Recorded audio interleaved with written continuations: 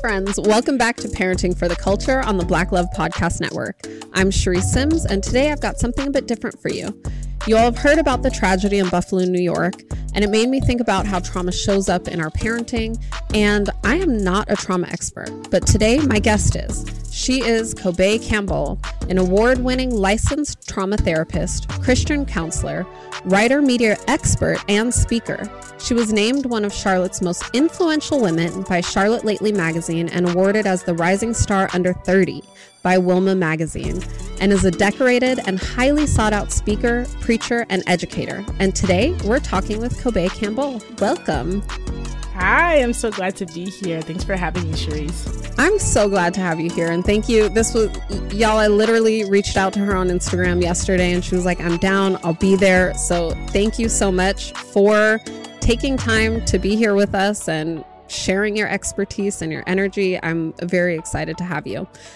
So I like to start with the peak and pit of our days. That's something that I do with my children at the dinner table to open up conversation. So tell us, what is the peak and pit of your day? The peak of my day, I am in the process of writing my first book, and the peak was just getting in a groove and just being in nice, beautiful silence, having hot coffee that was still hot when I drank it, and getting in my groove. I would say, yes, that's a win. It is a win. To ingest it while it's hot is divine, to be quite honest. And I would say the pit of my day is just tired. You know, I feel like kids and sleep and mommy, can I lay in bed with you? And then you say yes. And then you don't sleep for the rest of the night. So I think the pit would be mom fatigue for sure. Yeah, definitely. I feel you. I stay mom fatigue all the time. Well, I think the peak and pit of my day. Oh, I had my peak earlier. What was it? I don't know. It's been a good day. Oh, the peak of my day was actually, so I went to go move my car for street cleaning. It was on the street and I had to move it by 12, and my husband happened to be home today. So I went out to move my car, and when I got in my car, I was like, you know what? I need a coffee. So I drove to go get a coffee instead of just moving my car across the street. And then I was like, you know what? I need a book from the bookstore. So I went to the bookstore and got myself a book. And while I was out, I ran into one of my friends, and he's like, what are you doing? I like your socks, because I had on socks and sandals because I, again, was just moving the car and ended up at the mall. And he's like, let me buy your coffee for you. So I got a free coffee. I got my book. I got an hour to myself with, to just do me, and moved my car and didn't get a ticket. So that was the peak of my day. And the pit of my day is my neck. So I think that has to do with mommy fatigue also. My twins and my 6-year-old have been piling up in the bed every night. And I found myself in the most awkward position the other night, smushed in between my husband and 3 children. And my neck is on fire. So if you see me moving funny, that's why. Oh my goodness. And I have so much empathy and love for twin moms. So I'm a twin, and my husband's a twin as well. Get out of here. You're both twins? We're both twins. We try to hook up our siblings, but then we couldn't explain what our children would be, so we just let it go. We're like cousins. That's so funny. Sisters. We're going to let that one go. You're like, you know what, guys? Maybe this isn't a great idea. Forget it. That's literally what happened. We're like, go about your lives. That's so funny. All right. Well, I just want to hop right in. So we have had, several events lately that have happened that are traumatic, especially in the Black community. And absolutely, it's one of those things. I don't even know how to start the topic, because it seems like we're always at this point. Every month, every few weeks, it's like another event. Here's another trauma, another thing happening. And so it's almost like always the right time to address it. But with the most recent events in Buffalo, New York, I know that a lot of us are feeling it. And a lot of us, myself included, our children are getting older and they're getting exposed to social media. These things are showing up, and it's something we have to deal with, not just as a person, but now as a parent.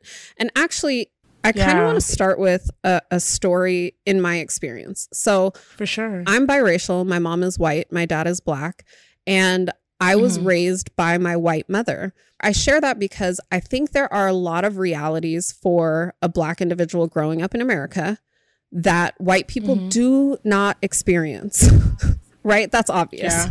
And not only do they not experience them, but they are blind to a lot of them. They don't see them. Yeah. And I grew up really being taught that a lot of this was kind of in the minds of Black people. You know, if a Black person said, oh, I got pulled over while driving while Black, there was very much so this pushback of like, are you sure your tail light wasn't out? Are you sure you didn't use your blinker? Are you sure you didn't roll the stop sign? And I remember even when I first started dating my husband, I had that. Like, that was given to me, that mindset of like, well, are you sure you didn't do something wrong? And over time, you know, as I grew up, I started having my own experiences being pulled over for doing absolutely nothing. I was pulled over and they asked me, you know, if we take you to the station, who's going to pick you up? Is your dad going to pick you up? Do you even know who your dad is? Wow. They were just asking me crazy questions and saying like, if we were, they said to me, I saw that you got out of a ticket before. What'd you do for that officer? And what are you willing to do for us? And I'm 18 years old on a dark street by myself. And that was probably one of the first times that I'm thinking like, this is real. Like I'm leaving my friend's house on a Friday night after Bible study. We just colored in coloring books together. I'm completely like, I'm a good person. I just pulled out of a parking spot on the side of the street and you all are pulling me over because I did not use my blinker to get out of this spot. And now you're asking me if I know my dad. Like, this stuff is real. And so for me, that was a hard transition, kind of going from being raised to thinking that racism really was gone. We had come out of it and then realizing how prominent it was. And the last story I'll share is like, even more than that experience, which of course, since then I've had several, was the murder of George Floyd. And it was during the pandemic and it's all over social media. It's all over the news. And I think she was 8 years old at the time. My daughter found out what happened and I really don't remember how she found out. I don't remember if I told her. I don't remember if she saw it. I don't know if she heard me talking to somebody. But she found out, I'm like about to cry just thinking about it. And she literally like fell to the ground, shaking and crying and just collapsed in my lap. And my heart had never felt so shattered to just feel like, wow, this thing that I have to protect my child against, how do I protect her? And I was so unprepared for this because I was told that this didn't even exist. And now here I am having to figure out how to explain it, how to protect her when I'm feeling so shattered. And so for me, it was like so many realities just shattering, a new reality being built, one in which my child is living in and growing up in. And just so devastating. And now it's, you know, it just continues to happen and we continue to see it. So where do we even start with that? Where do we start? Before I even jump into where we start with that as Black parents, as parents raising Black children, I just want to say I'm with you and I feel every single word that you say. And I'm just so grateful you trusted me and us with that story. George Floyd in that time was actually when I really started getting more serious into the ways that I would shift my parenting. I found out I was pregnant with my second born 2 days before lockdown started. And my entire pregnancy, it was wild. My entire pregnancy was in the most stringent part of lockdown.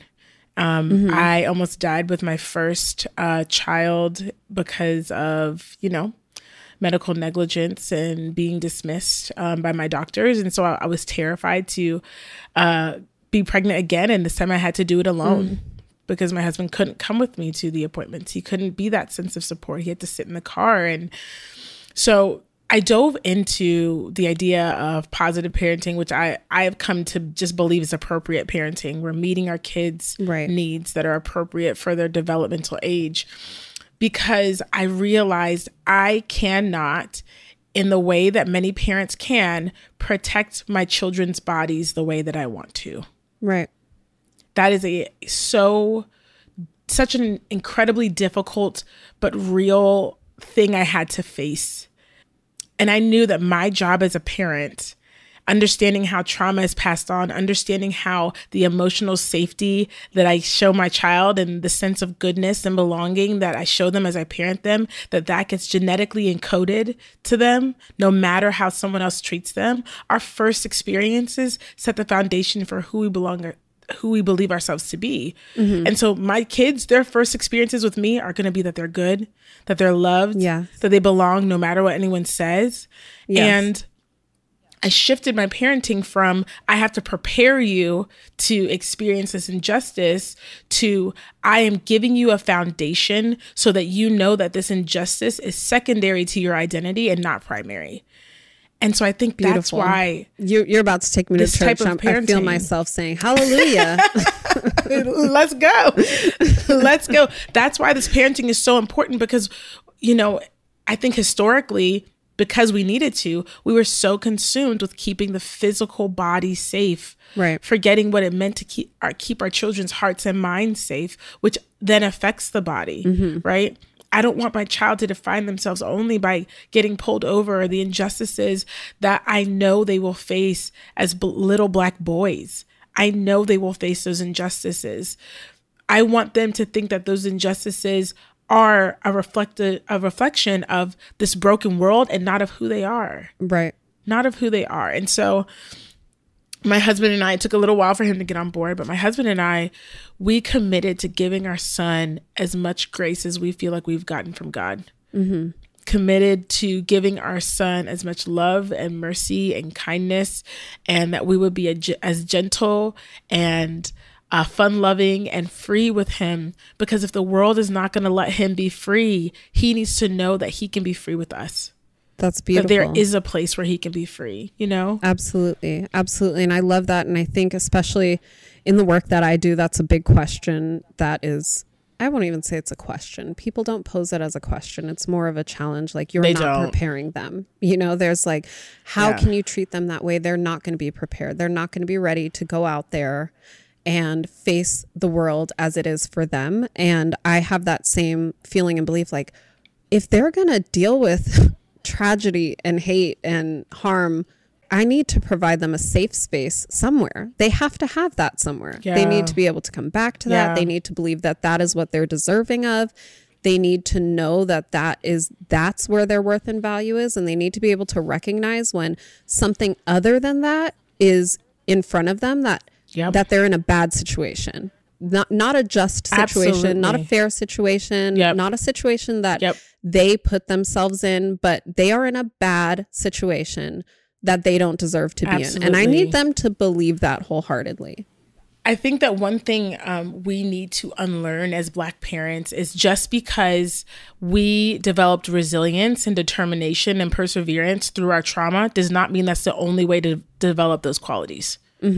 And so when we say, oh, like they're not going to be prepared for the world or they're not going to be ready, what we're really saying is the only way I learned how to exhibit determination, perseverance is through enduring hardship. Right. It was through withstanding trauma. It was through getting beat. It was through being berated on a regular basis. And that made me stronger, and that made me resilient, and that made me disciplined, and that made me who I am today. But just because you and many of us got those positive traits out of, and I hesitate to even say positive because they appear positive externally. I would say performative traits. That's a better way to say it. Just because we got those performative traits from our trauma does not mean that trauma is the only thing that can produce those traits. There is such thing as warm sturdiness, being able to be warm and kind to someone and be incredibly boundaried out of your love for them and not out of fear. Nothing good comes out of fear. Yes. Nothing meaningful comes out of fear, right? That's literally the root of racism, is fear. Right. It's interesting that you say that. And it actually was kind of one of my questions that I was going to ask you.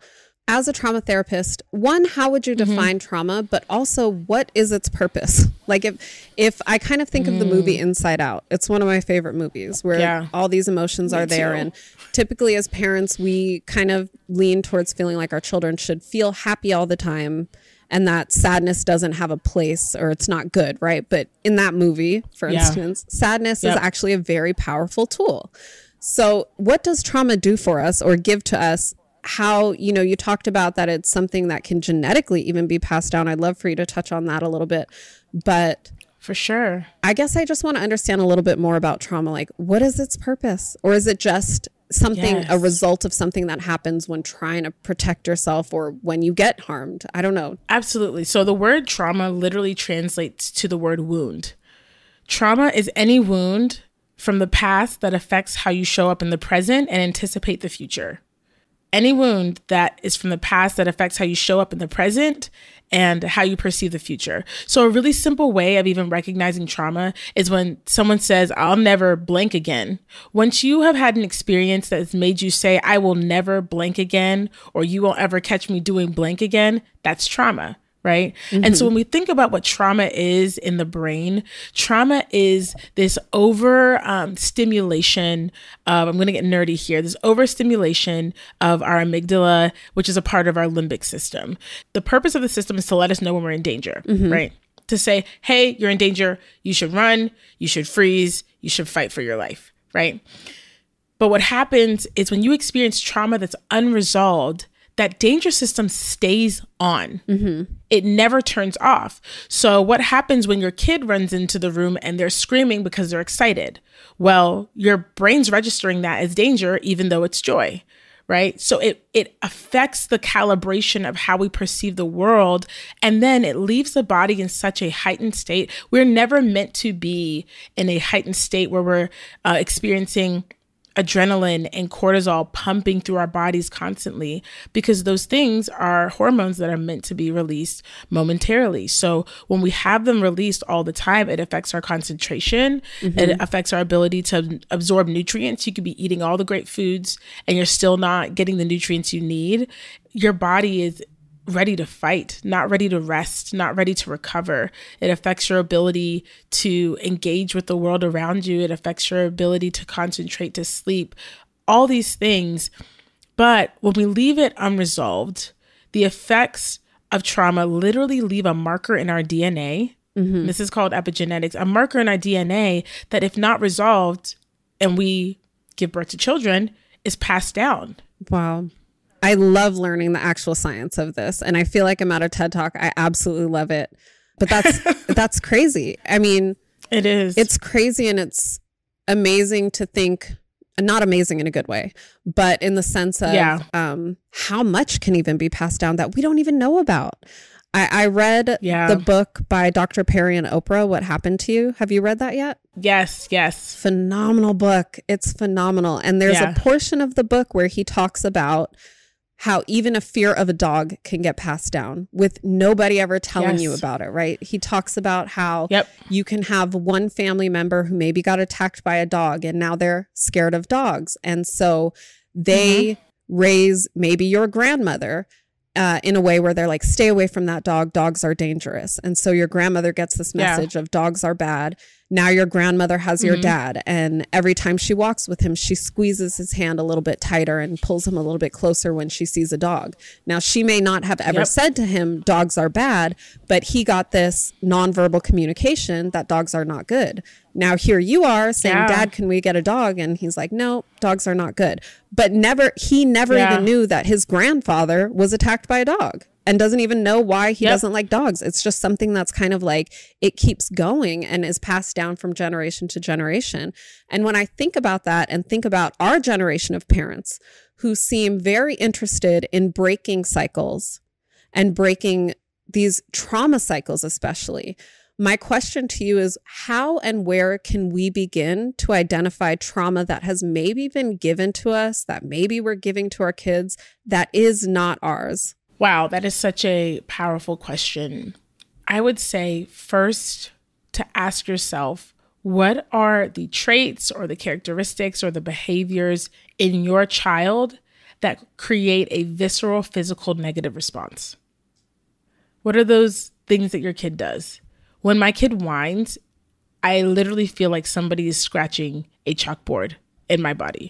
I'm like, oh my God, please stop whining. Like it makes me cringe, right? And when I talk to my mom, I remember in my childhood, guess what? Whining was not a thing. I'm from a Ghanaian household from West Africa.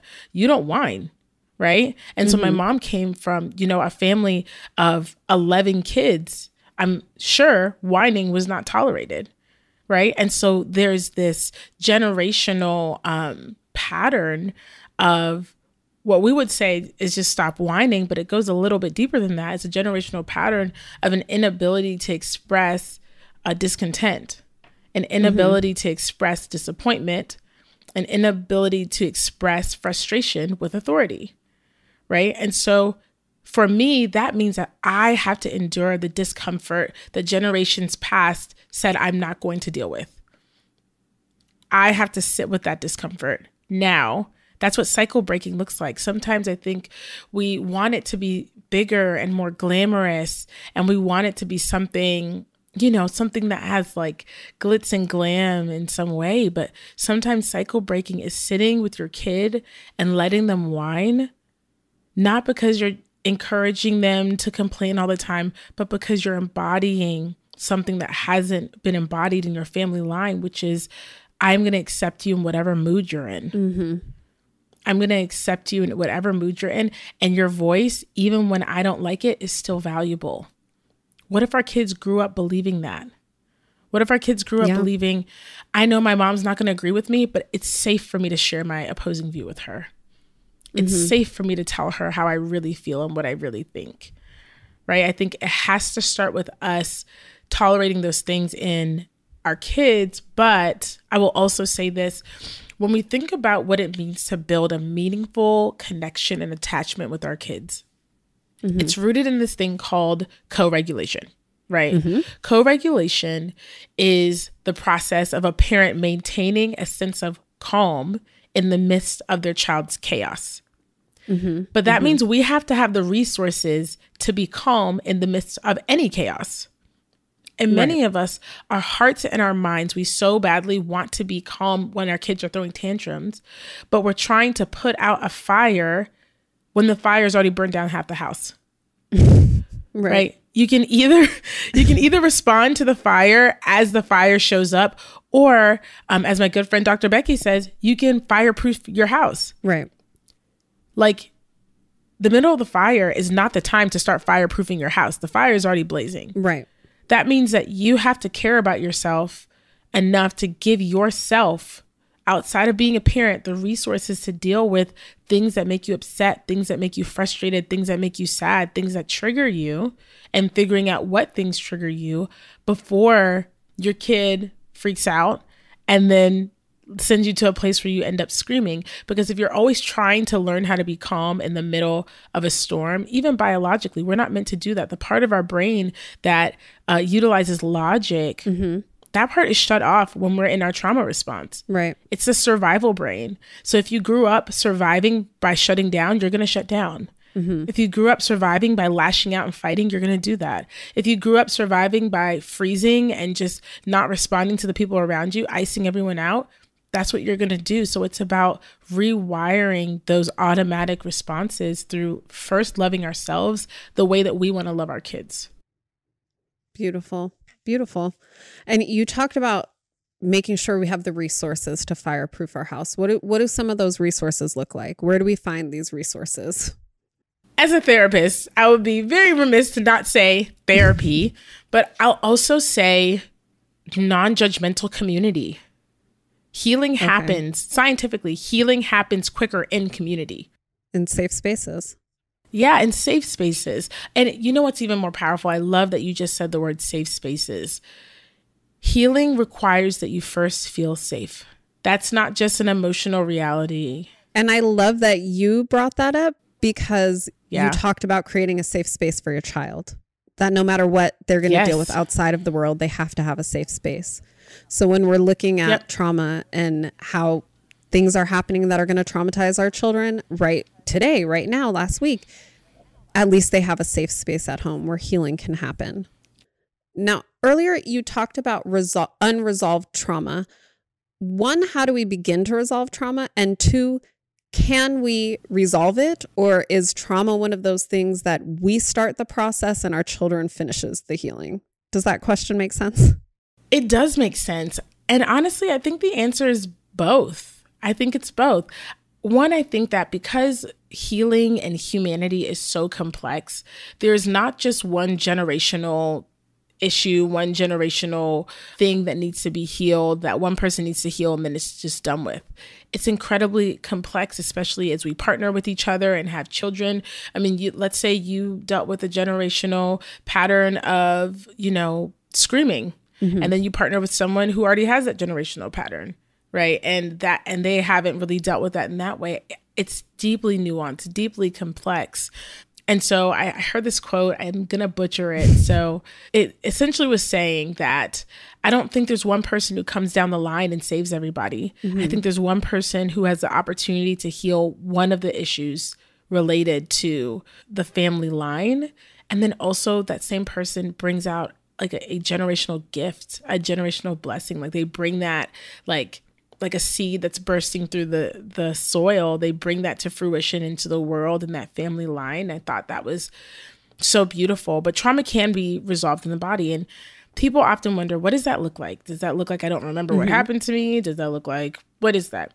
So resolution of trauma, what that looks like is being able to cognitively remember the situation that happened, if it's something that you already remember, and being able to be maybe sad about it, but not overwhelmed by that sadness, being able to extract wisdom from that experience and apply it to your present without it letting you see the future through a lens of fear. Trauma keeps you in a cycle of fear. And so there's a difference between awareness and fear. Awareness says this is possible. Fear says this is going to happen and when. And so you're always alert. You're always looking for that. So that's what resolution of trauma looks like. It looks like being able to tell your story, still cry about it because it is sad and you are a human and it matters that you are wounded, but being able to say, I can still live presently in the today, and the moments of the past don't overwhelm me in the moment. I'm not overwhelmed by those emotions. I'm not overwhelmed by the thoughts of that thing. And I have a hope for the future. I love that. When we do deal with trauma and we're trying to make sure that we don't become fearful and have it where it stops us from being able to be productive, what are the best things to do? And even in this instance with, the shooting in the grocery store, there are plenty of people that they don't want to go to the grocery store right now. They're scared. Yeah, there are plenty of children who heard about what happened. They don't want to go to the grocery store. So how do we start to deal with those things? How do we start to bring healing within our home? I'm a total advocate of therapy. So I say get a therapist for sure. But when we're in our home and we're the primary, people that have to create these safe spaces and help ourselves and our children heal, what is the best way that we can do that? I think for everybody, it's a little bit different when it comes to fruition. But the truth is, the formula for resilience is this vacillation between safety and risk. Like you rest in safety and then you take a little bit of a risk, then you go back to safety. And because you have that home base of safety, you feel encouraged and emboldened to take a little more of a risk, to take a little bigger risk, right? That is the formula for resilience. I think many of us, because of the trauma we experience, we think the right thing to do is just to jump all the way back in. And I think what's so beautiful about the story that you shared is you provided that safety, right? Because your kid's safety is you. And so if mommy wants to keep going, then I feel safe going. If mommy says this is going to be okay, then I feel safe continuing and following her leadership, right?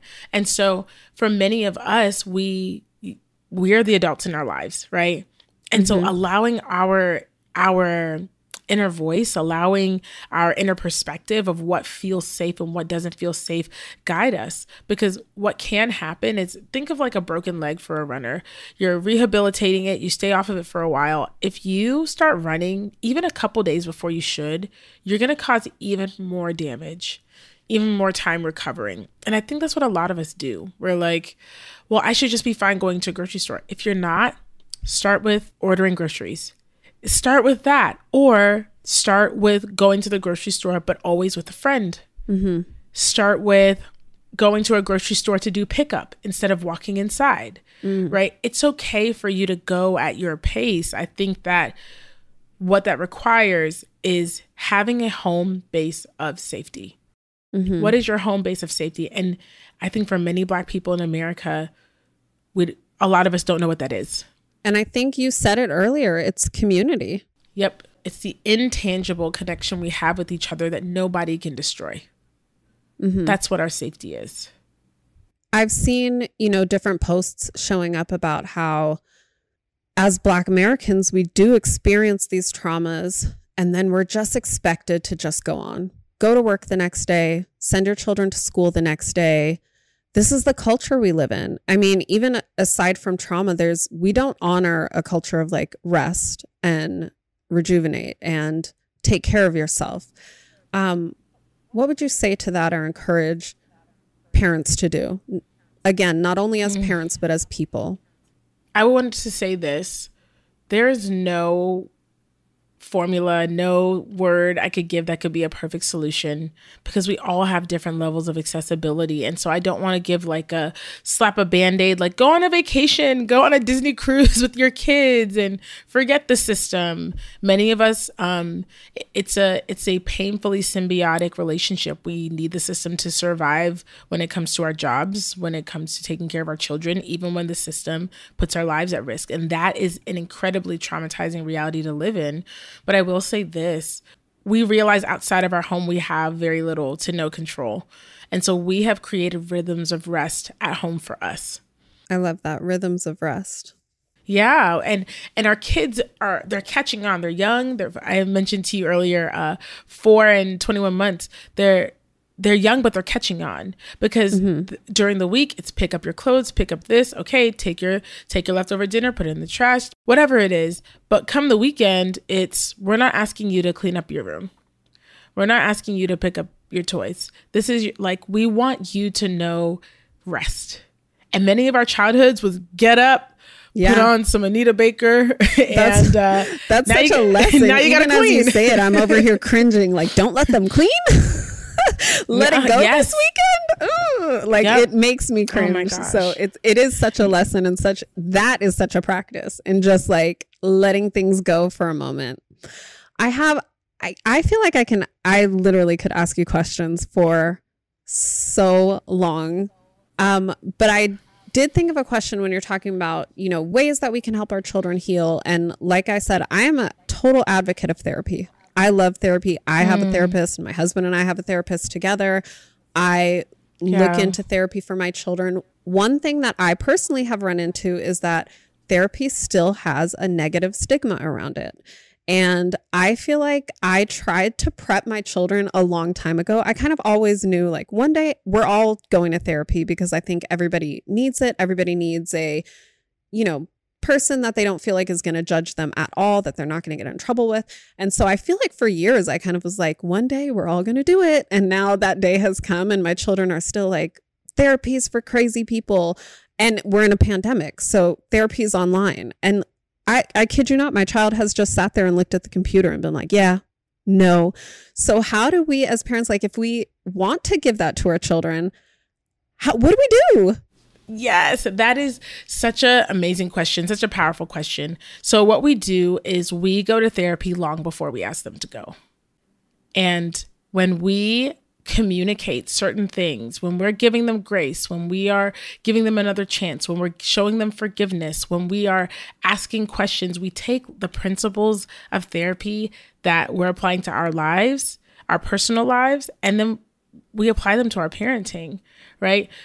Mommy was talking to her therapist and mommy realized that sometimes she gets really, really mad because she has really big feelings.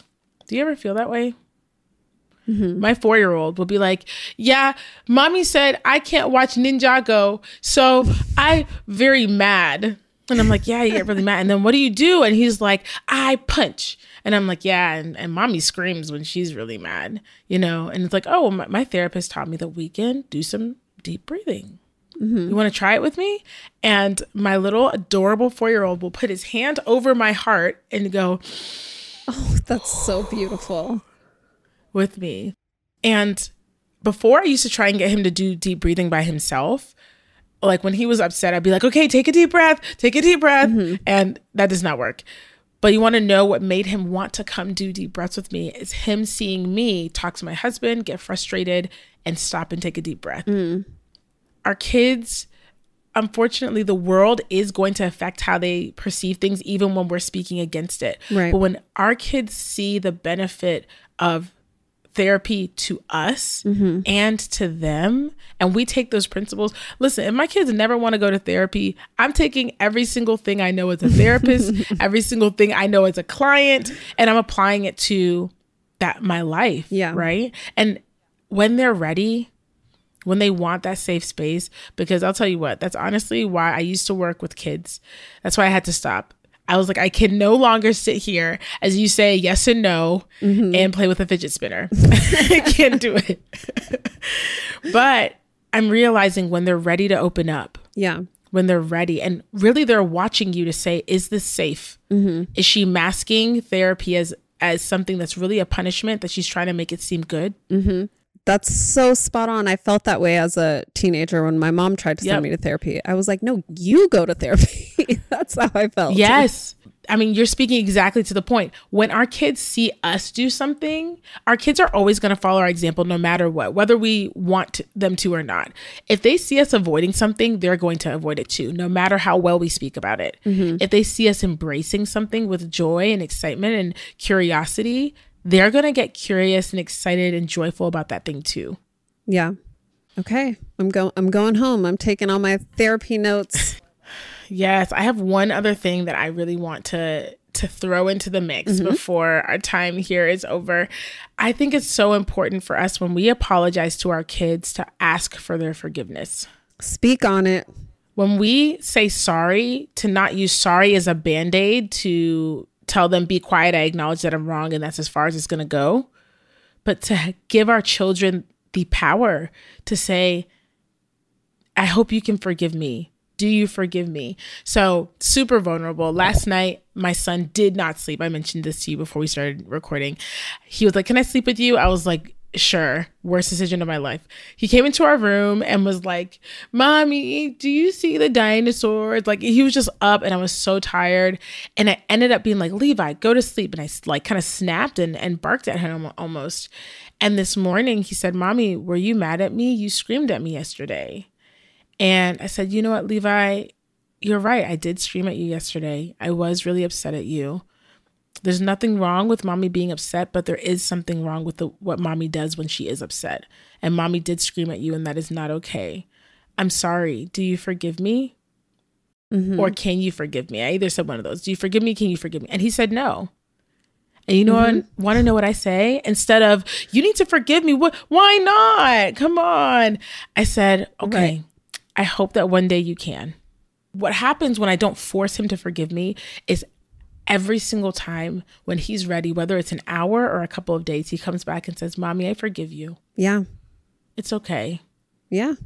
Our children need to know that we care so much about their feelings and about their emotional experiences that when we hurt them, the ball is actually in their court. Yeah. They actually do have the authority to forgive people. And we are the people who need forgiveness. People who raise them, the people who spend every day with them. We need their forgiveness. And I'm realizing that so many adults, I say this to my husband all the time, I feel like I get to see what happens when kids don't get to live in safe spaces, emotionally, physically, all of it. There's so many adults who don't know how to forgive or hold on to the power of forgiveness and wield it over people because it's been the first time they've had the ball in their court. It's the first time, so I'm holding you hostage. Wow. Girl, how you going to leave us with that? I'm going to have you come back for a part 2 because there's so much I can talk to you about. And I would absolutely love it. That. Before we go today, I do want to ask, so I'm an educator and I like to try to give my audience like homework to do. So in the realm of what we've been talking about today, what is some homework for us that we can start right now to try to build our skills and start our healing and whatever else?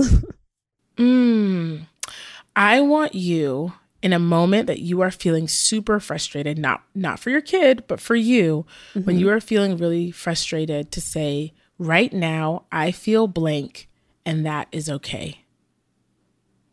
right now, like to say it out loud. Right now, I feel sad, and that is okay. Until we accept our full range of emotions, we're not going to accept them in our kids. We have to be okay with our full range of emotions. And when we're okay and safe with ourselves and accept ourselves in our full range of emotions, we can begin the process of doing that for our kids too. I love that. Kobe, thank you so much. I cannot thank you enough for coming today, being here, sharing so much wisdom, teaching us to lead by example, to love ourselves first. I love what you ended with, and just learning how to accept our own emotions and our own range of emotions so that we can learn how to be comfortable with that around our children. And before we go, I want to know if there's anything exciting coming up for you that our friends should know about. Yes, absolutely. I am writing my very first forthcoming book, and it's a powerful book called Why Am I Like This? And it's a book that is going to talk about how some of the everyday patterns that we can't change are rooted in the unaddressed trauma that we need to look at. And I think it's going to be a powerful book for parents as we try to figure out, why can't I stop screaming at my kids? Why can't I stop getting upset when my kid says this? Well, it's your turn to heal, not just to be a good parent, but to heal so that you can be a good parent naturally, right? So that's coming out April of next year. Keep your eyes peeled. Stay up to date with my process and my other pieces of writing on Instagram at @KobeCampbell_. And same with Twitter. I share my thoughts on there, so you can keep up with me in those places. That is amazing. I'm gonna buy that. Tell me when the pre-order is out. I'm definitely gonna get it. I already know, just based on talking to you today, listening to you on other spaces and platforms, like that is going to be an amazing book, much needed, right next to my What Happened to You book on my bookshelf when it makes it into my bookshelf, because it'll be next to me on my bed for a while. But thank you again so much. All right, my friends, I want you to make sure that you keep up with Kobe on Instagram at @KobeCampbell_, and make sure to check her out at KobeCampbell.com. So thank you all for tuning in, and I will catch you guys next week. Parenting for the Culture is executive produced by Cody and Tommy Oliver. Our senior producer is Crystal Hill. Art is by Coy Madison. Parenting for the Culture is a Black Love Podcast Network production.